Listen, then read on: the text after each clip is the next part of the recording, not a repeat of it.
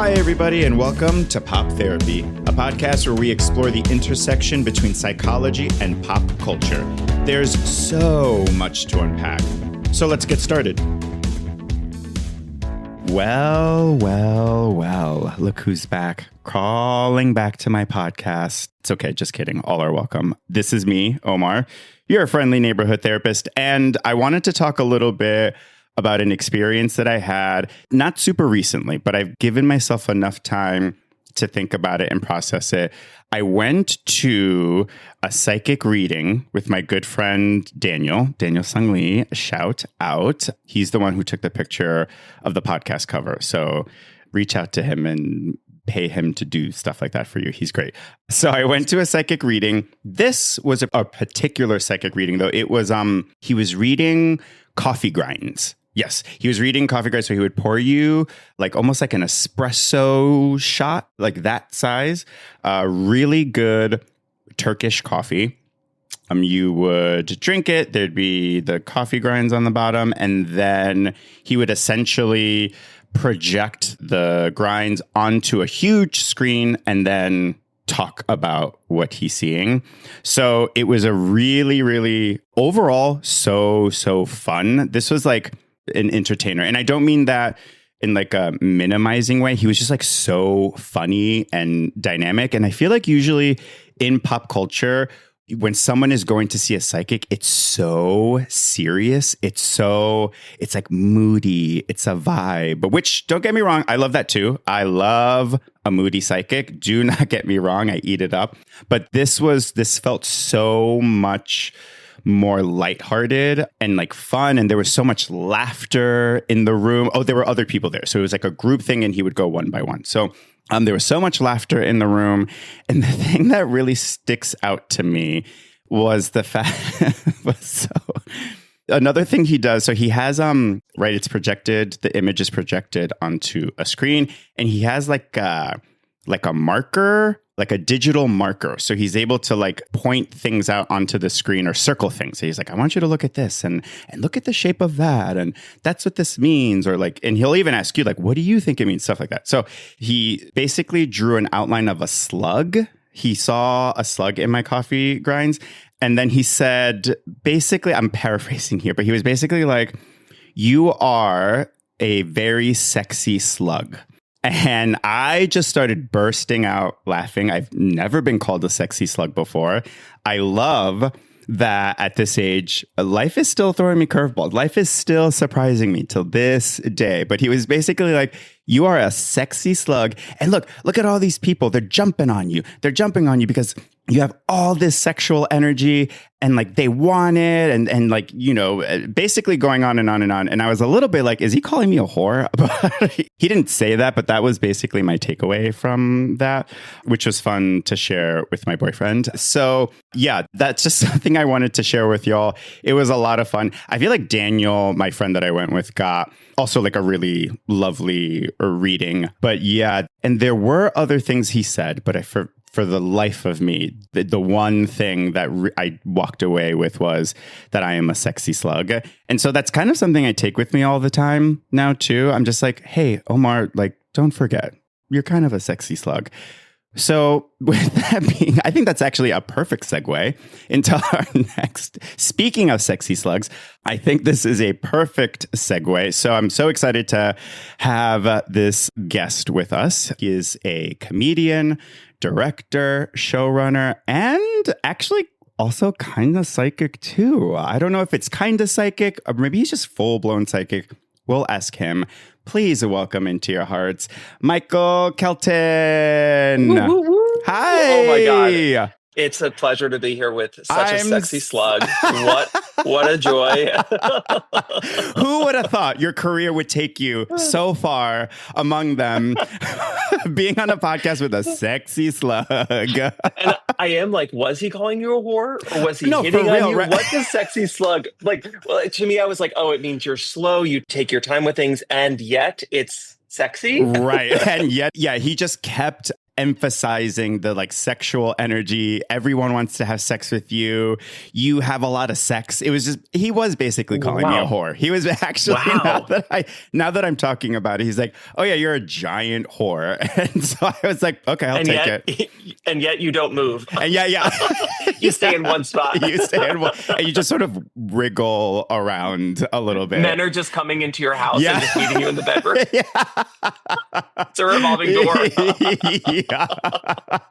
Now, it's a revolving door. So I mentioned one of your monikers was that you yourself are, I don't know how you would, if you would refer to yourself as kind of psychic or psychic, is if there's like a spectrum of some sort, but how do you talk about your own sort of like psychic abilities or intuition? What an amazing question. Let's definitely start here. Yeah.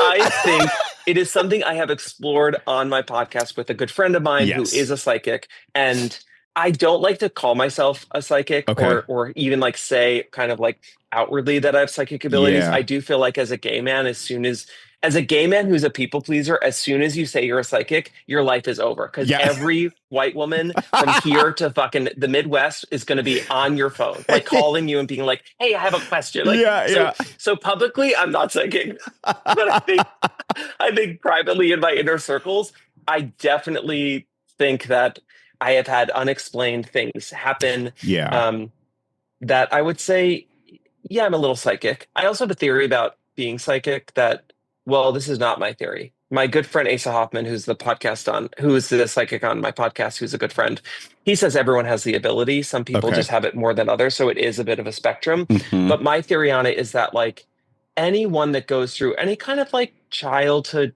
trauma, when your brain is forming and you're figuring out who you are in this world, if you've disassociated at any point during like those formative years, you've tapped into like the energy of the universe above you. And so you've experienced that ability, which is psychicness, is just tapping into the connective energy of all of us, which is always happening and around us and connecting us. And so if you've experienced that, you are also psychic and might be able to easierly tap into it. Yeah. So there was an episode of the pod that I listened to where I believe it was, I'm sorry, what was your friend's name? Asa.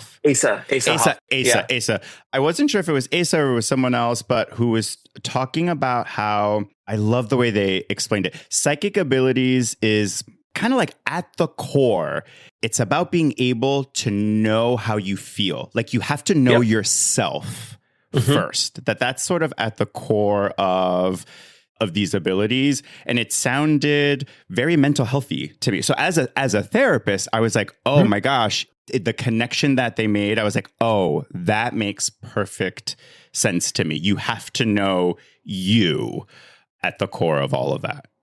And I think that's perfectly said. And I think a good way to kind of expand on that is when you or anyone listening has ever been in a place where they're like extremely anxious or they're really not present. You've gone to a party and you haven't been present. You have missed a lot of social cues. You have not been present to the energy of the room. You probably said things that, again, made you continue to spiral. You probably called someone the wrong name because you weren't present. When you are present and you are dropped in, maybe on an edible or just psychically connected, you're really listening and you're really tapped into the energy of a room. And so getting quiet and being present and mentally healthy, I think does help you tap into whatever psychic ability you might have. Presence, right? Presence. I think is foundational to being able to connect with what's going on in the room, to connect with other people. It sounds, I mean, not that it necessarily matters, but when something that goes beyond my understanding, something that goes beyond like what traditional science can explain, when it's explained like this right now, I am like, oh, this is making sense to me.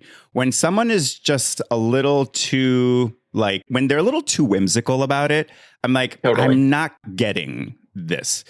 But the way you've described it and folks on your podcast have described it, I'm like, oh, this is making so much sense to me. This feels like grounded in something that I'm very familiar with, connected to, like all of that.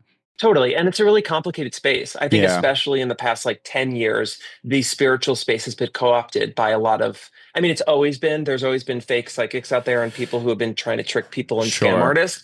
But I think, especially in the past 10 years, there's a lot of people who've been trying to like use it for bad and Yeah, lying to people. But there are people out there who are like, hopefully, everyone I have on the pod is someone who you can trust and is explaining yeah, to you in like kind of a neuroscience-y way. yeah, yeah. And I mean, and the same goes for any profession, right? I think it's important to remind people that there are also some really bad plumbers that probably should not be doing plumbing ever again. There are some really crappy lawyers and therapists. Like I And hear secretaries of health. and and secretaries of health. Exactly, right? And so I think it's funny. I tend to view the generalization of psychics psychics is like the catch-all phrase. Is that right? Yeah. Yep. So Yep. I tend to see the generalization of psychics similarly to the way sometimes people generalize therapists.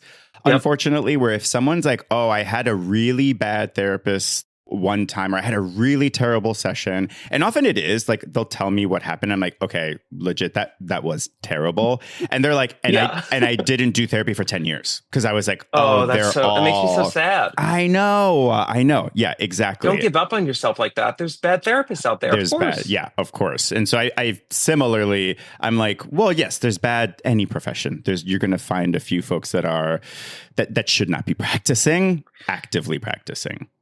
I think a good gauge to know if someone is really like the real deal, if they're giving you information that is empowering to you and that gives you next steps, then they are about helping you. Because there are psychics who are kind of codependent and their whole business plan is to get you back to them. Yeah. The psychics I've worked with and have found are people that give me next steps. It's not about coming back to them for a second session. It's about like utilizing the information. Let's say they do see something kind of negative in my future. It's not about, hey, something bad is coming. It's about, hey, be really thoughtful about this part of your life because you want to make sure that you can get ahead of anything that's coming your way. That is really good to know. That empowering, yes, and also the next steps part. That would never have occurred to me, that to use that as like a really good assessment tool for, is this a good working relationship? Which is kind of how I see working with a psychic. It's a working relationship. Like it's someone that's helping you and trying to get you to like where you want to go. And totally something I tell clients usually during like the first session is, my dream is for you to one day say, hey, Omar, I actually don't need to see you anymore. Like, I'm good. I learned everything I needed to learn from you. And that doesn't mean that they never go back to therapy again, but that they don't come back to me, which is like amazing. That's kind of like what I'm working towards. 100%. I think that's a beautiful way to put it. Yeah. And I also I think the therapy world is very much connected to the good psychic world. Yeah. Because your subconscious is always trying to send you messages, whether it's through dreams or feelings in your gut that you can't explain. Like, you walk into a room or you meet a person and you're like, I either am so connected to this person, I want to be around them. I know them from a past life, whatever it means to you. There's something about that person that your subconscious is telling you it's important for you to clock that this is a person worth spending energy on. Yeah. Whether the energy is staying away from them because they are a result of bad patterns from the past, or there's someone who can help you unlock things about yourself that you are actively working towards. That's your subconscious, babe. Yeah. And that's what and often with with trying to tap into the unconscious, the subconscious, that's like literally a lot of our work is trying to get underneath what is your underneath your executive functioning, like the part of your brain that's like making all the decisions and like doing all the math, essentially trying to get underneath that sometimes to understand again. And there's a ton of language around this, but whether you call it your gut, your intuition, your unconscious, your subconscious, it's like really all the same thing. It's sort of like, I don't know, like the purest part of you, the this like unfiltered, very pure, true part of you is like what I'm trying to tap into as often as possible. Unjaded. Yeah. Like this is not a result of fear and anxiety because of what this horrible world has taught you or trained you to feel. This is what you, deep down, we all come into this world with a particular spirit. Like it's amazing seeing my friends become parents because I'm like, all these kids are so different. It doesn't matter the parenting skills. They're all like, I love me, like these freak kids who are just so unique. I'm like, you came into this world like this. So that is the purest version of you. And if you can kind of tap into that as we get older and we learn what's acceptable in the world, we kind of grow up in these ways, but you should always be able to tap into that inner child, pure version of yourself. That's where the answers usually lie. Yeah, exactly. And it's like, I will sort of jokingly tell clients, listen, I hate to say this, but it really is just like, we have to tap into this core part of you. Like, that's where the answer is. I wish I could just give you, I don't know, like a book or or something. I wish it could be easier than that. Just like, oh, just do that thing, right? But we really have to sit with that pure part of yourself and do, even before that, like just do so much digging beyond the armor, the walls, the wounds, all the lessons, all the things that you thought were the life lessons that you took from painful experiences. There's so much of like getting beyond that. And I'm like, if we could do this faster, I promise you I would. I promise you I would. Yeah, but of course. It just has to take a long time. We have spent our lifetime building up these walls and armors in order to be safe in this world. Yeah. But when you remove all of those things, you're like a little kid in middle school. Yeah. And that kid has all of the answers that you need. Big time. And not to like bring it to pop culture, but like the reason they do that on Drag Race with like the final four, final three, they bring up that picture of the younger self and say, what would you like to say to this person? Because the crux of that queen's story is in that message to the younger self. Yep. Like that's the crux of the entire journey for that queen. So yeah, I agree. It's so relevant to everything that we do, especially inner child work. And I'm so happy to see more of that being even just named in pop culture, like on Drag Race. And it's funny because I have two thoughts that come up when I see something like that happen on a show as big as Drag Race. My first thought is, that's so wonderful. I'm so happy that people are seeing how this works and how it can be helpful and healing. And then you're like, this is irresponsible. Not even. it's fair. That's a fair guess. My next thought is, I am scared that people are going to misuse this. Or that people are going to be afraid of like the earnestness, that they're going to bristle against how earnest it is, or misuse it, or water it down until it becomes something totally different, which is, that's just like my shit. You know what I mean? It's like, once it's out there, it's out there. You know what I mean? Like, and you just have to like let it do its thing. But as a therapist in this world, and with how much social media has grown, I see so much like therapy talk and therapeutic interventions being almost like used and or taken out of context. And I'm like, oh, that's like totally not quite what that means, or that's actually not a helpful use of that word. Like, no, your ex wasn't narcissistic. They were an asshole, like, or they were mean, right? Or, girl, you are speaking my language. I have so many thoughts about this because I think Gen Z is amazing in so many ways, but I do think they have taken like boundary work too far. Yeah, I think that like they take these phrases that someone will say on a TikTok and that they will make that their entire personality. Yeah. And I'm like, therapy work is actually so fluid.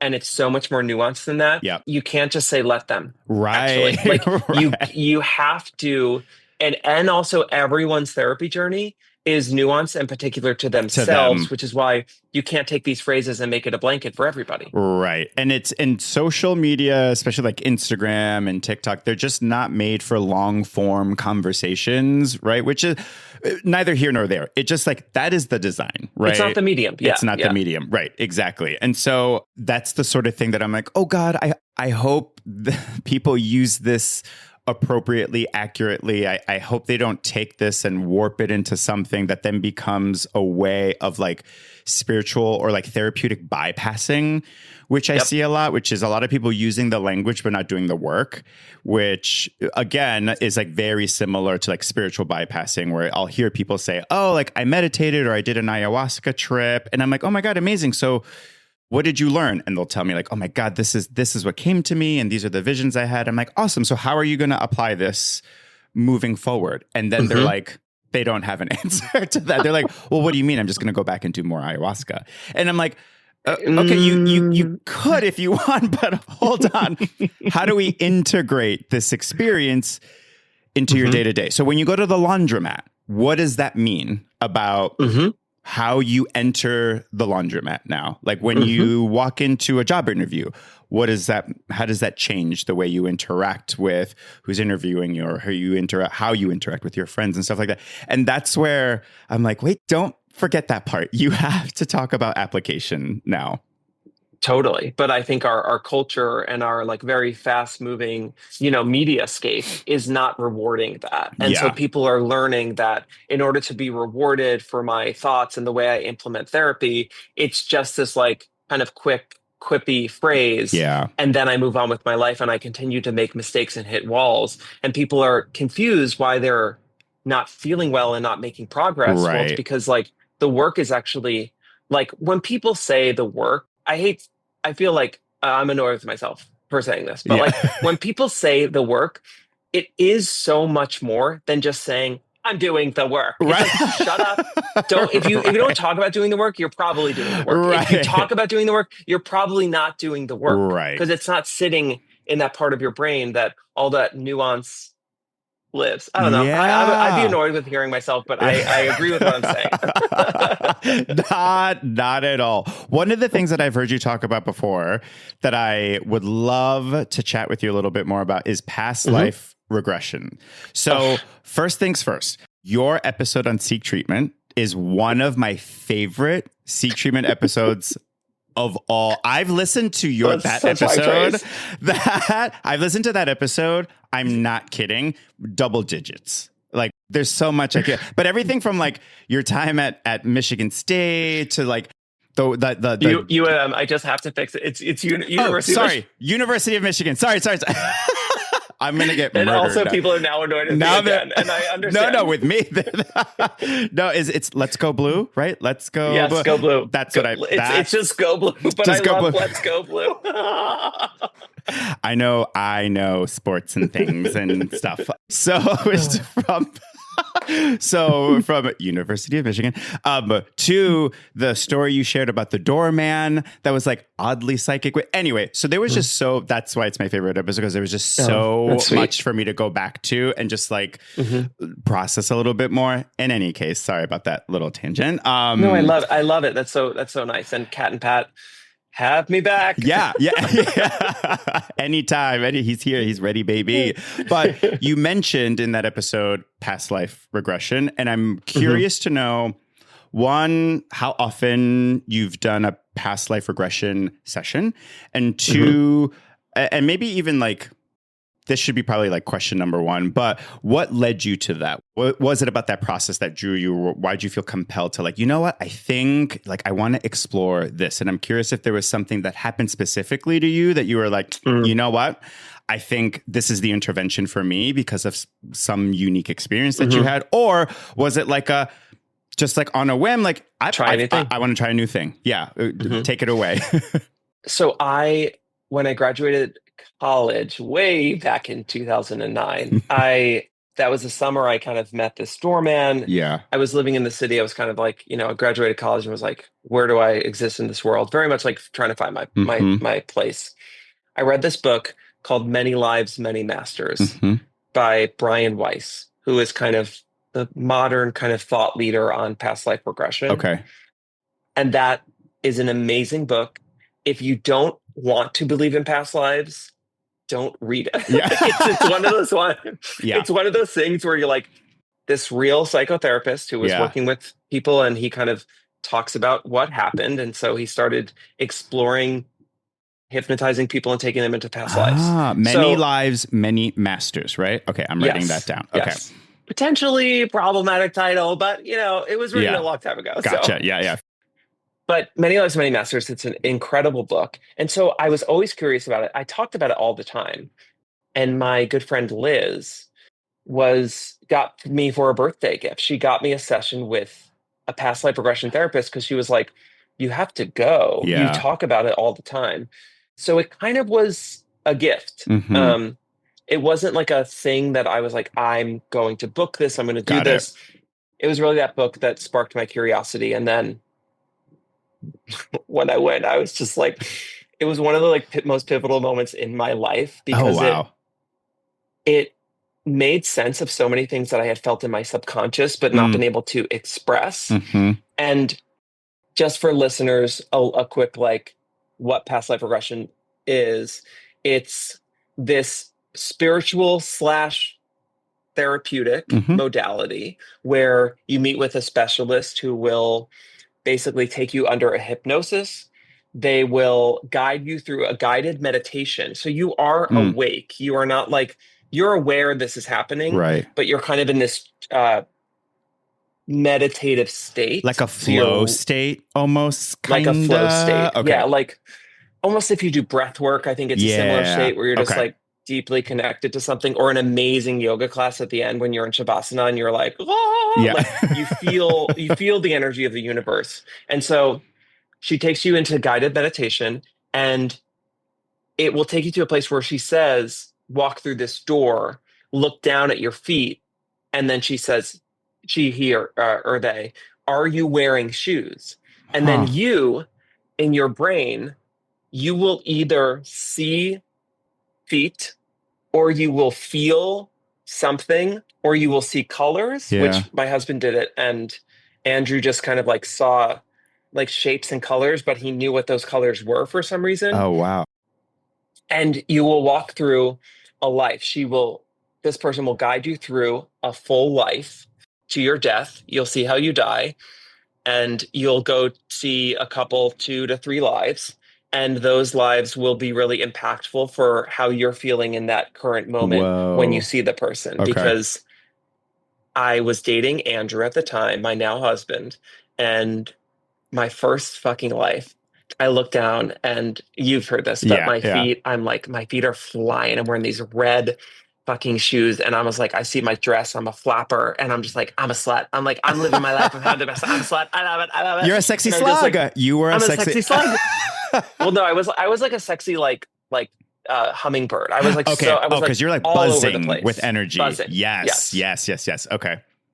So I'm in this bar, and I look around, and all of these men are looking at me and wanting to fuck me. And I'm like, I know what I'm doing, and I'm in control. And then I see this guy who's holding his whiskey, and he's looking at me in a way where I'm like, oh, we've hooked up. And this man is he has my number. Everyone else doesn't have my number. This man has my number. And then I cut to my next memory in this life. And I'm married to this man. We are 100 pounds heavier. We have 3 kids. I just saw we're on a beach, and then we had 3 kids. One of our kids was sick, and I knew that because I saw purple around this kid, which meant sick to me. Okay. And then the kid was my mother. Whoa. And which is also interesting because the first time Andrew met my mom, he said on the way back in the cab, my mom is incredible, but she's a lot. And Andrew said in the cab, I just feel like we're going to have to take care of her. And I was so mad at him because I was like, you overstepped. Yeah. That was too much. It felt a little offensive, or it felt a little too familiar, or... Well, the way he describes it is he was like, I didn't know what I was saying, but I just said that. The unconscious came out in that moment. The unconscious, exactly. And so then we realized that because he went and did one and didn't want to believe it. And he was like, I saw our life. He's like, I was this Jersey guy, and you were my crazy bitch wife. and our daughter was sick, and it was your mother. Oh my God. Crazy bitch New Jersey wife. That is my favorite thing ever. And of course I was. Like, of course I was. Whoa. And so was the man you saw holding the whiskey, was that was Andrew? Was that Andrew? Or maybe it didn't look like Andrew, okay. But when he looked at me, I just was overcome with, oh, I know who that is. Yeah. It's like a dream. When you see someone in the dream and you're like, it was my mother, but it wasn't my mother. It was like, oh my gosh, but it was my mother. Yeah. Oh my gosh. Oh, that's wild. And so when you first met Andrew, was there a sensation? Was there like I've known you many lives. I've known you. Oh my gosh. Yeah. For those who can't see, he's nodding yes. This is really interesting about Andrew and I. We were set up 3 separate times by 3 separate people. Shut up. Dead ass. And every time I met him, the first time I met him in our early 20s at a work drinks, and I was like, this guy's hot. I'm obsessed with him. He's so fun. And Andrew's reaction was, that guy is so obnoxious. Oh. He goes, I had a big zit on my nose, but like, I don't care about things like that. Yeah. I'm a big picture guy. You know, I'm like, who cares? And he was like, you had a huge zit on your nose. You were so confident. It was like so abrasive. And so I wrote him a Facebook message. He never responded. I was like, okay, well, his loss. Yeah. I'm the best. Yeah. I need to bottle a little bit of that up. I need a little bit of that. Well, absolutely. I don't know where it went. That was my early 20s. Babe. Like in my late 30s, I'm trying to get that back too. Yeah. Okay. But then the second time we were set up, we were at a wedding. Our 2 friends from college got married to each other. Okay. And my friend Brian married his friend Sally, and they were like, you have to meet Andrew. I went up to him at the cocktail hour, and I was like, I know this bitch. He left me on red on Facebook. Yeah. I went up to him, and I was like, you know what? I'm just going to like give it a go again. Yeah, why not? So I give him my A game. I'm flirting with him. And he's just sipping this little gin and tonic straw, and he's like giving me absolutely nothing. And I was like, oh, this man is rude and mean. Yeah. I'm done with him. I got drunk with my college friends, had the best time ever. And then years later, I'm at an improv show at UCB. A person, Sarah Grace, got put on my team. She was his college roommate. No she goes, way. My friend is coming tonight. I want you to meet him. I was like, oh, I've met him before. Oh. And so I gave up, and I was like, I'm not flirting with him. I was kind of mean to him. Okay. In my mind. You're like, I'll show you obnoxious. I'll show you. Yeah. But like my version of mean is actually like really nice. Oh, that is so adorable and heartwarming. I was like, oh, you like the movie The Intern? Well, I think it's actually not that great. Burn. You're like, that'll get him. That'll show him. That is so what's the word I'm looking for? Like pure. That's just like so cute. That's very me. I'm earnest, and I can be cringe, and I'm fine with that. Anyway, so then we went on a proper date, and like it was over. I was like talking to him the first time. I was like that date. I was like, I'm going to marry you. I'm positive I'm going to marry you. You're my favorite person. I could talk to you forever. And then, you know, we were kind of together ever since, and we've almost been together 10 years. So I say all of that to say that's wonderful. This past life regression was so clarifying to kind of a dynamic about our relationship where he was such a grounding force in my life. Yeah. And I really loved that. And I felt like I needed it. I wanted it. My heart was moving towards that. And so I really, it helped me further invest in him and our relationship.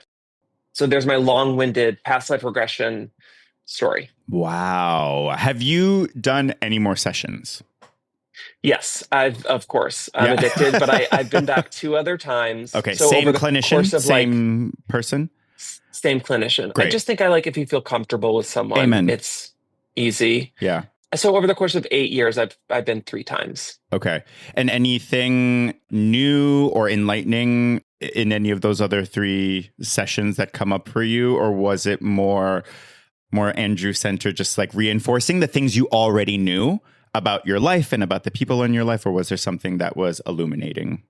There was some friend stuff that was really interesting. Yeah. I think in my 30s, I've gone through a lot of like difficult friend transitions and kind of realizing that friendships in my 20s might have meant something great then, and they might have not really served me in my 30s. And so there were some really interesting like revelations there that I wish I was more comfortable talking about, but like, of course, those people are still in my life. Also, thank you for saying that. Friendship transitions, I would love for that to be normalized way more, or just like named way more. I notice people feel so, and for good reason, right? They're not irrational about this, but they feel so upset and uncomfortable with friendship transitions.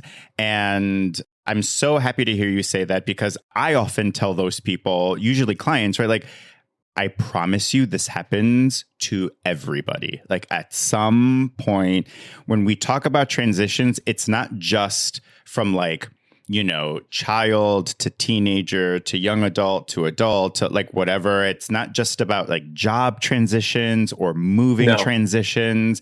Friendship transitions are, at this point, I really do believe that they're universal. It's like a universal experience. And I think people think... I couldn't agree more. I think people assume that just happens from middle school to high school, and then that's it. And I'm like, no, babes. I have a sneaking suspicion it happens more than once, to be honest. Yeah, I think definitely. I think it happens multiple times throughout our lives. But I think something my therapist said to me that was really helpful when I was going through some of these friend transitions.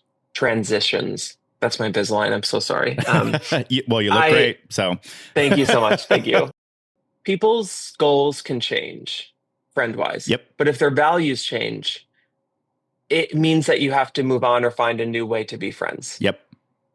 Amen. And I think that was helpful for me to say, oh, with some of my friends in my 20s, you know, our goals might have changed at our late 20s, but in our 30s, our values changed. And I started to value different things. And because of that, they were still valuing other things. And so there wasn't as many places for us to meet and enjoy life together because we were valuing different things. And does that I'm assuming, you correct me if I'm wrong, of course, I'm assuming it doesn't necessarily mean that you need to cut these people out of your life entirely. It doesn't necessarily mean, okay, so this is someone I can never see again. However, the friendship has to sort of reorient itself. Yep.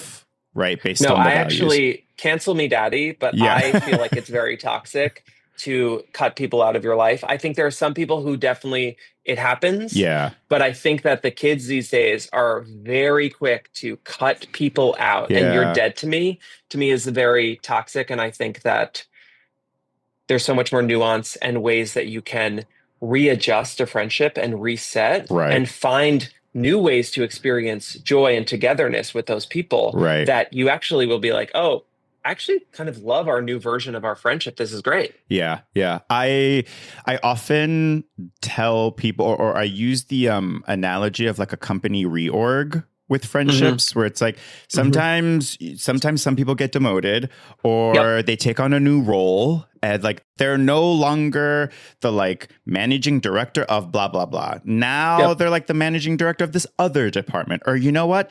They went from a product manager. Now they're in engineering. So like now that's what they want to do and that's what they're focused on. And that's okay. You know what I mean? And that you can have folks that you are closer to now and folks that you're not as close with. And it doesn't have to mean you like, again, like fire them from the company, but they have a different role. They fulfill a different role. They're in a different position. You know what I mean? Stuff that's how I try to make that connection for folks. I think that's a great analogy. And I would also throw in there, it's like, your role can change in other people's orgs. Right. And of course. You have to be okay being like, I used to be the CEO of entertainment for this person. Right.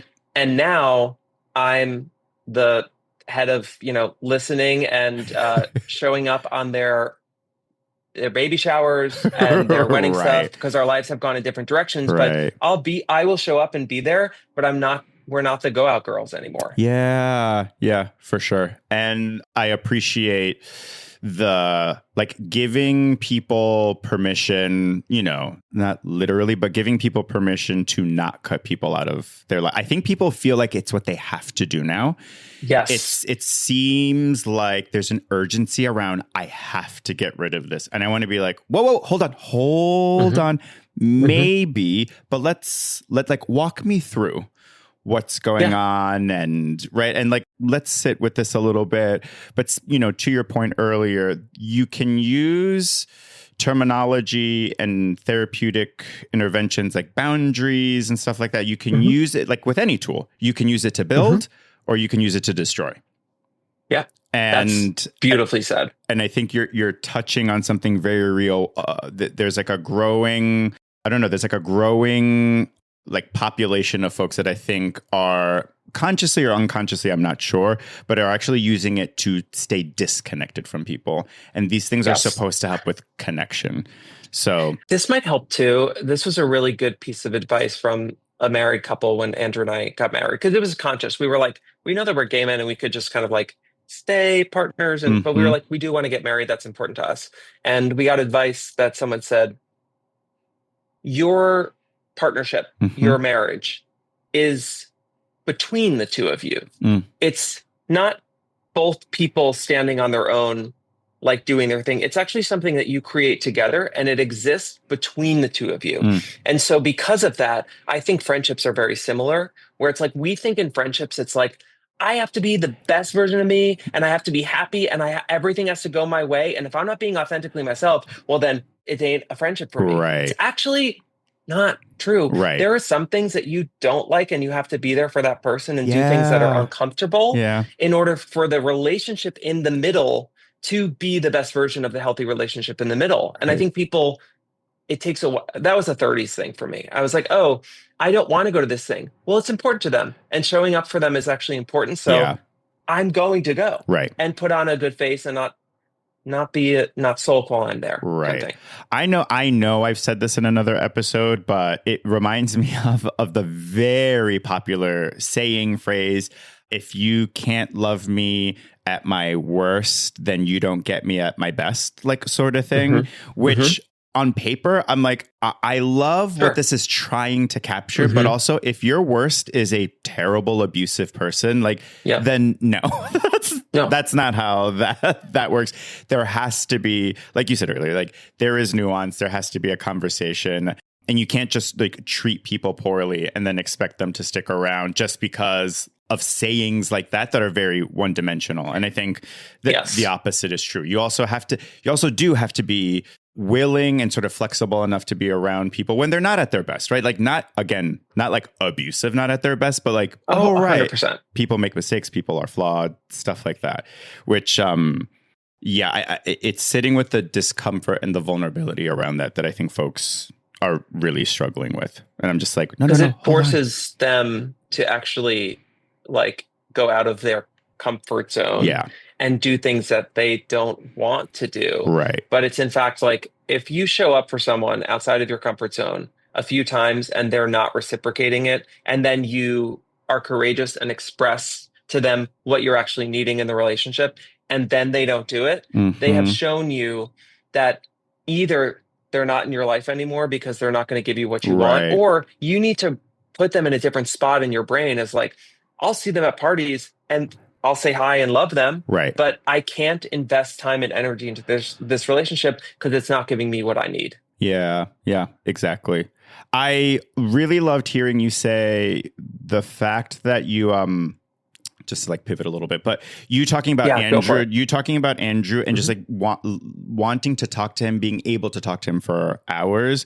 It seems so obvious, but I think it's worth saying that you like him. You know what I mean? That you just like really like him and like hanging out with him, which I can't tell you how many times as a therapist, I have to say like, hey, it doesn't sound like you like your partner. I have to be honest with you. Like you don't really enjoy hanging out with them. And not that there aren't moments of when they're getting along and having a good laugh. But generally speaking, it doesn't really sound like you like them. What's going on here? And it's wild. I mean, I don't know what else to say beyond that, but it's lovely to hear someone talk about like, oh yeah, I really like being around them, which is for some people kind of novel. So it's wild to hear that. And I've heard that a lot when people are complaining about their partners. And I'm like, well, what do you like to do together? And they're like, well, I don't know. We'll go out sometimes. And I'm like, when you're not going out, like, what is life like when you're Sunday morning, you wake up, what are you doing together? Yeah. Like, and I remember one of our early dates, I slept over his place and we woke up and just scrolled through YouTube and showed each other videos that we thought were funny. And it was like on his couch. We did that for like hours over coffee and bagels. And I was like, oh, we're in, babe. Yeah. Oh, yeah. I am elbow deep. Exactly. Just like Wendy Williams compilations. You know what I mean? Like old like musical theater things. And I was like, if we can just do this the rest of our life, we'll have the best life. And kind of that like is what we do. Yeah. We love TV. We love scrolling YouTube at night. Like, I don't know. All those points of connection, like each other. All those points of connection are so important to have and reflective of the fact that you like being around each other, which again is like when people hear it, they're like, well, yeah, obviously. And my response is usually, well, not obviously. A lot of y'all are dating folks you really don't like. And we got to talk about this, babes. We got to figure out what's going on here. What does this reflect about you, what you're going through, your own state of mind, stuff like that. What you think you deserve. What you think, right. Exactly. What you think you deserve and what you think is like, what you think love is, what you think love is, what you think relationships are. Yeah. Because it's rarely, as you know, it's rarely isolated. You know what I mean?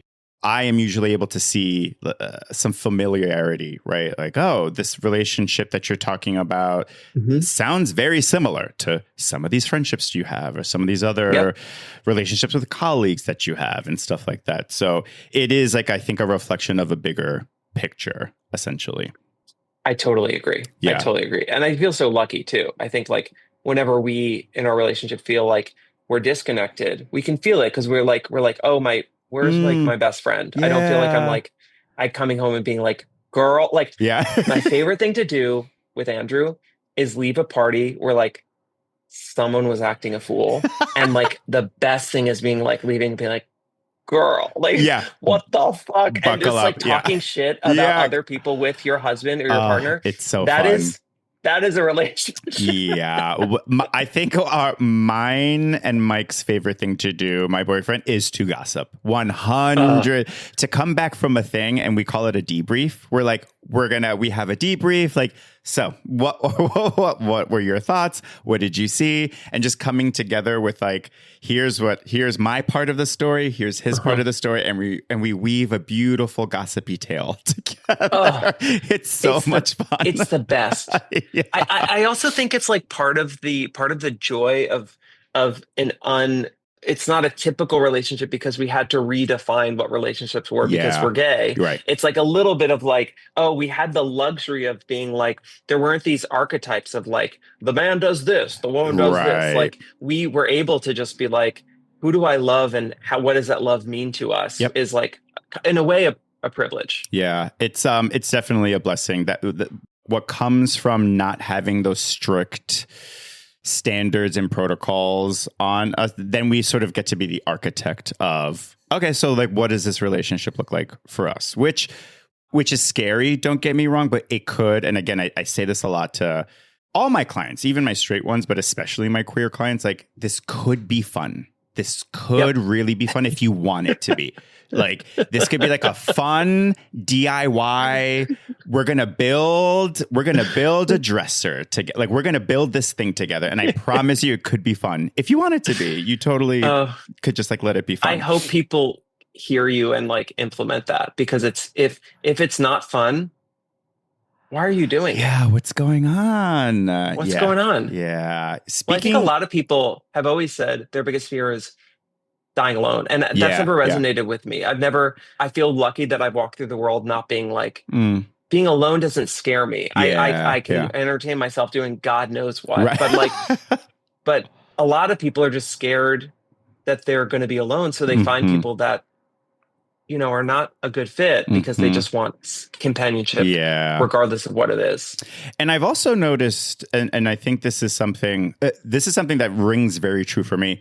I have also noticed people that deeply want a connection, which is lovely. And then they find the connection and then they do everything in their power to sabotage it or to question it or to be like, to not believe it, right? They convince themselves this is too good to be true. I can't trust this. And again, and that can be me. Like I can go down that rabbit hole of you're not going to get me, love. You're not going to trick me. And I'm very like, no, I won't be fooled. And I can get very like that. And it's just like, it's just funny because again, to your point, we're all looking for the connection. We're all looking for it. And a lot of people are, terrified of not finding it and dying without finding it. And so they either choose a partner that isn't a good fit. And then they're just like, they still feel alone and disconnected. Or they find the connection and they're like, I'm not leaning in.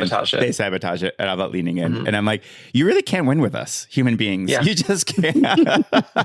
No. Aliens take over now. Yeah, we failed. We're done. We're ready for a new species. We failed this group project. Like, take it away. I was going to say earlier, speaking of dressers, do you still have your haunted dresser? Of course. The audience can't see this, but I'm moving my Zoom screen to show the haunted dresser. Okay. And do you know that Andrew proposed via the dresser? No. What do you mean? Our first night in this apartment, our new space that we moved into like 4 years ago, 3 or 4 years ago. Beautiful, by the way. I love. Is that a green? Is that a teal? I'm seeing behind the. This is so gay of me. It's Hague blue from Pharaoh and Ball. It's a gorgeous color. Thank you. I think we were watching some show like Hacks or something, and some gay said Hague blue, and I was like, well, I think Pat heard me say it. Yeah. But this is the rest. The audience can't see. Lovely. That's the only I love downside that archway into the kitchen garden, and so our trash is like sometimes we just fun. You know what? It keeps you humble. It keeps you. Why not? Keeps us literally grounded. Yeah, actually. So anyway, dresser. Yeah, Andrew proposed via the dresser. He burned the words "marry me" in the bottom of it, and then our first night in the space, he rigged it to open. And if you go on my Instagram way back, I'll send you the video. I filmed it because I was like, I got to use this for the pod. The drawer opened. I had no idea what it said. Yeah. And he's like, why don't you get up and look at it? So I'm literally filming my own engagement because I'm like, no way, babe. That oh my God. So and then I go up funny. and I pan down and it says, marry me. And I'm like, what? Why am I filming this? Oh my God, yes. Wait, that's so beautiful. I am a little bit of a dingbat. My first thought would have been, okay, well, the ghost is obsessed with me. And now I have to leave. I have an obsessed ghost. It would not have occurred to me that my boyfriend was proposing to me. I'm a little bit of a ding dong that way. Oh, that's so funny and so pure. Yeah, that's your inner child, this little dum-dum. Yeah. Just running around being like, well, this ghost wants to marry me. Now I don't know what to do. That Stay whimsy. dumb, Omar. Stay dumb. Yeah. Austin wants you to stay weird. Omar wants you to stay dumb. Amen. That is so good. So I feel like one of the many hats you wear is showrunner and director. I'd love to hear about some of the projects that you have worked on that you're just particularly proud of and why. I'd love to get a sense of really what you take with you in your heart all the time. I mean, I'll mention two. I think the first is Spill with Johnny Sibley, who I know you guys are friends.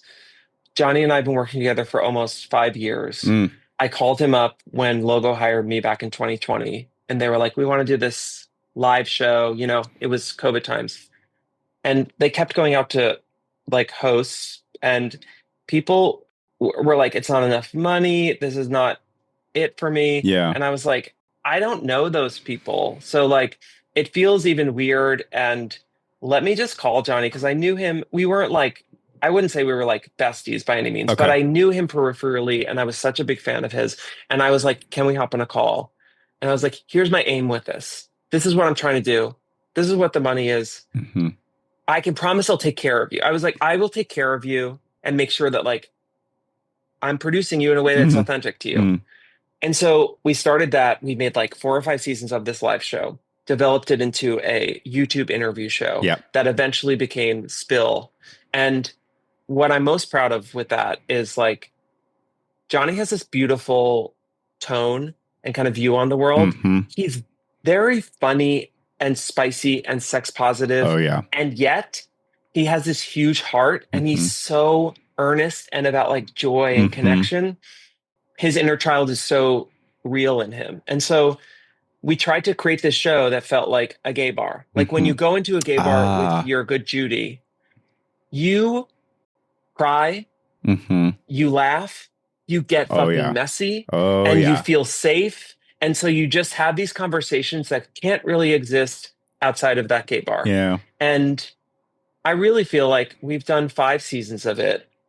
There are just some of my favorite moments with like queer people that he has interviewed, from David Archuleta to Zane Phillip to Laverne Cox. Like it's the first time I've seen Laverne Cox act like that. And it's no secret that it's Johnny's magic and this kind of vibe we've created around a person. Because I think as a producer, a lot of people are making plug and play things. Okay. But if you build around talent, around a perspective, everything should feel like that person. Yeah. And so I feel like Spill is a reflection of Johnny, and I'm really proud of the project. And we've produced like over 100 interviews together. Oh, wow. And who knows what the future is with that. But I think in regards to like queer storytelling, it feels really good to know that there are like all these interviews out on YouTube that people can find in 10 years to hear about, you know, Vincent's journey with gender and losing their parents and how that influenced their music. Laverne Cox's like being out here in this world after being on the cover of Time magazine and still being out here like booking things and trying to be this person in the world. Yeah. And yeah, I'm very proud of that. And I think it's one of my favorite projects I've ever produced.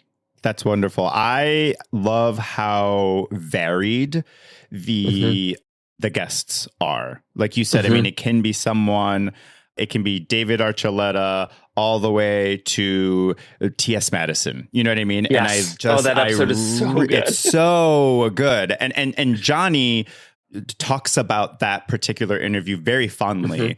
When I've asked him about what was your favorite, or like what you know what sticks out when you think of like memorable moments, and that's one of them. And I just really appreciate how varied the guests are. Right, like Johnny's are like familiar friend, the constant, and then y'all really just like go so wide and so varied, and it makes, I don't know, it just makes things fun and spicy and just I don't know, like not one note, whatever the word is. I didn't want it to just be like a bunch of like hot buff gay guys like getting drunk with Johnny, because that would be interesting, and I think, you know, Grindr should produce that show, right? And I'm maybe available to have but I think like there is something to be said about like, if you go back to like what a gay bar was in the days where it was like, you know, sodomy laws were still around. There were trans women, there were, you know, leather dykes, there were like sissies, there were all of these people that came together to really share. And the collective was like, we're part of this, you know, sounds trite, but family. Yeah. And so I really wanted to make sure that we were highlighting young trans voices like Nicole Maines, who's like one of the funniest, smartest people I know, to T.S. Madison, a trans woman of a totally different experience, to Zane Phillip, you know, and like singing to Johnny. It was important that we varied that up, because otherwise it's not an authentic gay bar. I mean, it is a little bit of like I'm sure the Abbey is like buff gay guys, but you know what I mean? What I mean? Depending on the gay bar, but bar, yes. Yeah, exactly. That's so lovely to hear. Did you say there were 2 examples that you had? Yes. The other one, it's going to sound all about me, but I think my podcast Beyond is I think it's one of my favorite things I've ever made, because I know that I've been able to be authentic Mm-hmm. and be honest. And I think what I've always struggled with is I come from like the hosting side, Mm-hmm. which is how I got into producing. And I really struggled being authentically myself Yeah. and letting people see this unarmored kind of earnest, sweet gay boy that was insecure and like I believed in witches, yeah. so witchcraft and everything. And so I feel like with Beyond, there was something about being behind a microphone that allowed me to like open up my heart in a way that I personally wasn't able to do in some other projects or comedically on stage. And I'm trying to work towards doing more of that because I think that that's like a great way to express myself. And it's kind of what the world needs more of in these trying times. Oh, yeah. Amen. I listened to the episode where you, with the support of friends and it sounds like a mentor, you give your own psychic reading to people. Like you go and do your own psychic reading, which I mean, Mike, my hat goes off to you. It's one thing to go up on stage and do comedy. That's like in and of itself, that is like my heart is racing just thinking about that. For you to then like next like leveling up. Well, now I'm gonna do like a little psychic comedy moment, which just felt so. I don't mean to sound. I don't know how this is gonna sound. It just felt like so bold, like so. I was really impressed with your willingness to do that. I was also so impressed with how ethical you wanted to be. It was so important for you to be ethical, to not lie, and the fact that you honored the part of yourself that said, I'm worried. I don't want to make something up, or I can see myself people pleasing, and I can see myself saying yes to someone just because I just want them to feel good. And I don't want to do that. I want to be authentic. And I was really taken aback with how thoughtful you were being, not just with yourself, like this is nerve wracking, but also how thoughtful you were of the folks you were potentially going to give a reading to. Looking back on that, I mean, I don't want to put words in your mouth. In my mind, I'm like, this must be one of the most like pivotal moments in your life. This must be one of those like turning point moments, or like it would be a chapter in your memoir. It would have to be a chapter in your memoir. How do you look back on that time? I think I blacked it out, to be honest. Like I'm dead ass with you right now. I'm remembering it as you're saying it, and I'm like, oh yeah, I did do that. Well, thank you for saying all those very kind things. That's very kind of you. But I will say it was maybe the scariest, most nervous I've ever felt in my life, because I feel and felt such a responsibility. If you're a person who's going to another person and being like, hey, I want to connect with a dead relative and get a message, that is a huge fucking responsibility. And if you say something that changes the way they felt about their dead mom, that to me is like crazy, which is why I was like, so crazy. I was like, I'm thinking things. And I'm going to say this, and I don't know if this is real. Like that was the craziest part. And they were very vivid things that I was getting. The one woman I kept seeing, like, this was the craziest part to me, besides the feet thing. But it was in a big theater, and people would come up to a mic. Volunteer. They came up to a mic. Got it. And I would look at them and just take a moment, calm myself, like drop in. Okay. I would release my butthole. You know what I mean? You have to unclench and just be like, oh. Yeah. And so it's almost like doing popper. You have to popper it, you know? You have to psychologically popper. Psychologically popper. And I would like just close my eyes, and then I would start to see stuff. And with this one woman, I saw like the most beautiful B-roll of like meats being cut, like something frying on a pan, this like pepper, this like chef's table B-roll. And I said this to her, and I was like, I'm seeing this. Do you throw dinner parties? And she goes, not really. And then I'm like, because I'm seeing like wine being poured and like all of these like intricate meats being made. And then she goes, I do something called the dinner series. Yeah. And I was like, what? And I was like, what is that? And she goes, well, it's these series of like kind of dinner parties I throw that I have catered, and I have a chef come and I do these wine pairings. And I'm like, girl, that's a dinner party. Party. It's like, what? That is the definition of a dinner party. That's a dinner party. That is so funny. Why do you think she viewed these things as different? Like, I'm assuming she viewed a dinner party as, actually, I don't really know what she must have viewed a dinner party as. I don't know, but it felt so wild. crazy to be so vulnerable and be like, I'm thinking this. Right. And her to be like, no, we do it every quarter. It's this big thing. I'm like, so, and what was weird about that too is I was like, I don't know. Mm-hmm. I think I was literally feeling what they were feeling. Like I was tapping into in that moment.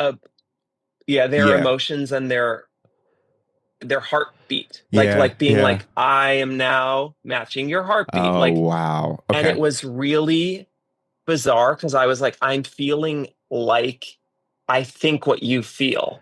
And that was, it was crazy. It was so crazy that once I finished, I can never do that again because I will be a dead man on the side of the road.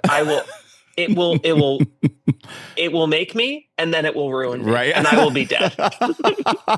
I imagine that giving readings like that is exhausting in the same way that at the end of like a day of seeing clients for me, you're just like giving so much, you're drained, because you have to be so present as a therapist. So you really have to be in the room with them, and similarly, like in sync with them.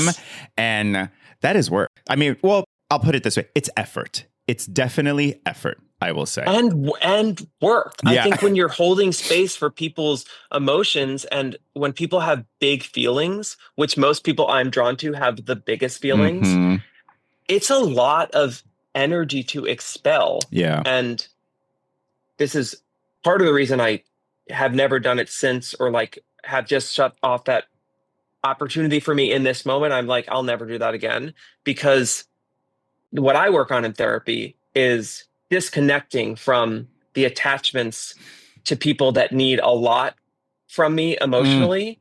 And I am working on having friendships where I leave the dinner and I'm like, that was fun. Not, I have to sleep and take a bath and not talk to anyone for a week. Yeah. Like, those were all of my relationships. And I think because I've been psychic my whole life, it's like, I'm just tapping into people's energy, and the people that need the most are finding me and taking everything I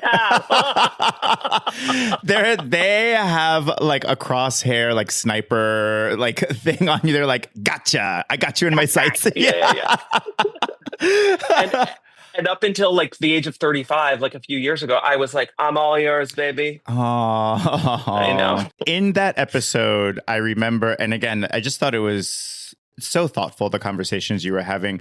Your friend, mentor, it sounded like, was saying, Asa. Oh, yeah. Okay. Was saying, I'm paraphrasing here, but they said something about how you can use this defensively also, right? Like we tend to think of being open and being like a people pleaser as this process of being like really connected with people and available and accessible. And I remember you talking about how like, oh, I can notice in my history ways where I used my ability actually in a defensive way, actually, to sort of like keep people, maybe either keep people at a distance or to keep yourself protected or something like that, which I just found what an interesting way of talking about people pleasing. I think usually it's, conventional wisdom would have you believe it's not a defensive thing. But hearing you talk about it, I was like, oh my God, totally. Yeah, it's interesting to hear you say that because I don't remember saying that, but I know that I did. Yeah. And I think that's what I've been working on in the past few years is really recognizing when I can see something and it feels almost unsafe and kind of unruly, which I used to be like totally drawn to. because I was like addicted to helping. Yeah. It was like how I felt confident and good in this world. Totally. It's where I got my validation from. So when I feel that now, I clock it and I say, there's ways to step aside or backwards that are polite and caring as well. Mm-hmm. And so I found a lot of phrases and things that can be like, I feel it, and I'm going to be like, here we are, stepping back. I'm here for you in this way. Like, just even, I don't know if this is making sense to people, but it's making sense in my head. So excuse me if this is all over the place, but I have a lot of friends that will text me like 911 stuff. Mm-hmm. Like everything is kind of like, fire, an emergency. Yeah. A lot of emergencies. Okay. And less so now, but like I used to immediately call. Okay. I was just immediate call. And I didn't know that was unhealthy until Andrew in my like 30s was like, you don't have, it's 11 o'clock at night. You don't have to call this person right now. Yeah. And I'm like, well, what if this? He's like, that's worst case scenario. Right. And I was like, oh, I'm living in this worst case scenario.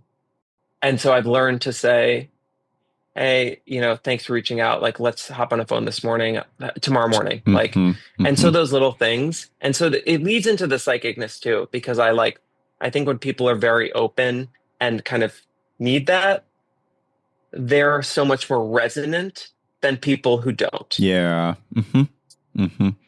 It's so fascinating. Again, you touched on this earlier, what we're drawn to. You know what I mean? It's not a coincidence that you are someone that your default setting was, I'm here, I'm available, like take, right? And that what you were attracting were folks that were like, oh, this is an all you can eat buffet. Like, I am here. I'm going to have a little bit of everything. I'm going to like gorge or indulge myself or something to that effect. It's like not a coincidence that these dynamics were happening in your life. Exactly.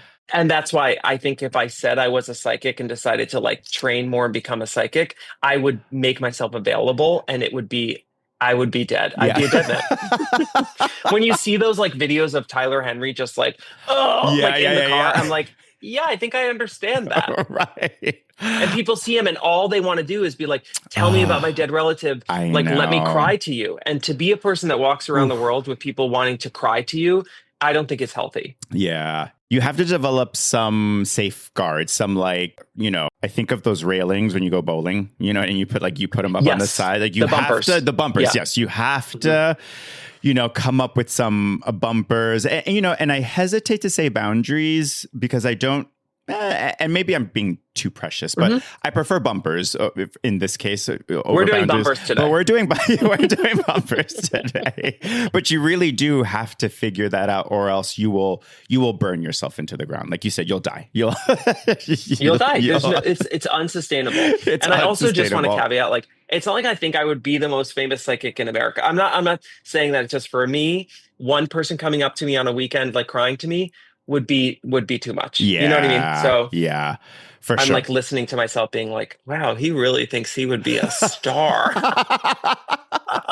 Maybe you would. I don't know. Maybe you would. I think it's okay to live to not know. I think it's okay to not know. But beautiful. So one question that I like to ask all my guests is, what is one thing from the therapy/mental health world? It could be something from a book, a podcast. It could be something from your own therapist. But what is one thing from the therapy/mental health world that you take with you everywhere you go that is, at the core of who you are and or your values, that has you thinking to yourself, like, this is the message I take with me all the time? What is that for you? Imagine if I was like, let them. Yeah. So there's this thing I just heard. No, definitely not that. This was all of my work leading up to the wedding was about kind of letting go of this people-pleasing nature. It was really taking care of my family. My family is very tough. A lot of my stuff I work through comes from my family issues and things. Yeah. And so my therapist said to me, I was worried about my parents in the same room for my wedding for other reasons. And she said to me, do you know that you're not responsible for their emotions? And it's like the scrim came down in like the theater and it just like filled it out. And then there was a huge background and like there was a whole world behind it. And I was like, wait, no, I do not know that. Yeah. I am not aware that that's true. And she goes, it is true.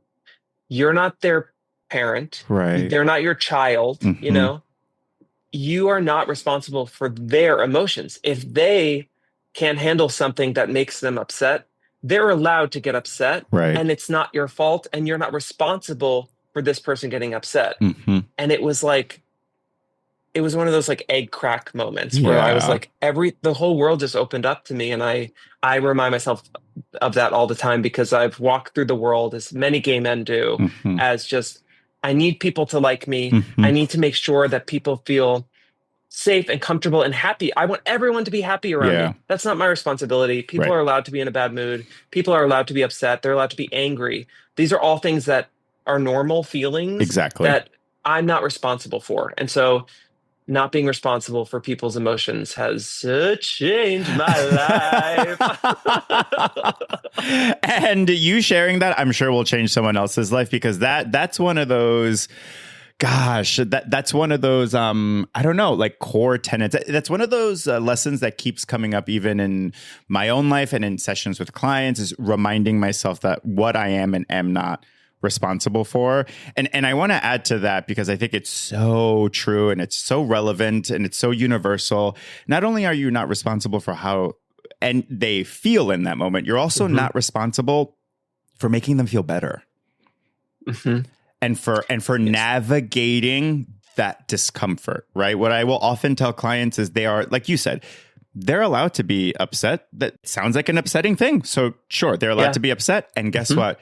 They can go to their therapist. Yes. And work it out with their therapist in the way that you come here and are working it out with me. They can do the same thing. And they're usually like, oh, right. Yeah, right. Yes, that's right. They're an adult person who is able to fix their own problems. You're not responsible for fixing their problems. Or even like, it can be really toxic when you try and like mold someone's emotions, even like on a vacation. It's like, if someone's not feeling it, they can stay back and not go to the dinner. Like that's okay. Preach. Yep. That's okay. Yeah. Oh, Michael, I mean, I want to be mindful of your time. I literally could talk to you for another gajillion hours. Well, actually, real quick, let me ask you this first. If anyone was interested in, what would you recommend as like a good dipping your toe into the waters of, psychic healing, of working with a psychic, of meeting with a healer? What would you recommend? I mean, I do think that book, Many Lives, Many Masters, is like a really good dip into the spiritual world because it's explained from like a medical perspective. Okay. So it's a good dip into this world. And then I would say read that book and then follow me on Instagram because I feel like I do post a lot of like psychics and share my friends. And you can watch my stories. I have a lot of psychic witchy friends. So perfect. Okay, so that's an excellent segue. So where can people find you? Amazing. My Instagram is like truly my entire life. And my Instagram story is like where I share literally everything. It's at Mike Kelton, just my name. Beautiful. And so if any of y'all are interested, again, in dipping your toes into the spiritual world, go to Mike Kelton's Instagram or listen to the pod. Or listen to the pod. Yeah, Beyond, right? Yeah, Beyond with Mike Kelton. It's on all the things. And I would start with episode 1 from season 1, which is mediums. And there are 3 seasons that if you don't believe in this shit by the end, I didn't do something. Good to know. Oh, Michael, it's been such a pleasure. Thank you again. Yeah, this is so nice. So much. Yeah. So as you all know, I am a therapist, but this is no substitute for good old fashioned therapy. So take what's useful, leave the rest. And don't forget, therapy makes you hotter. Bye.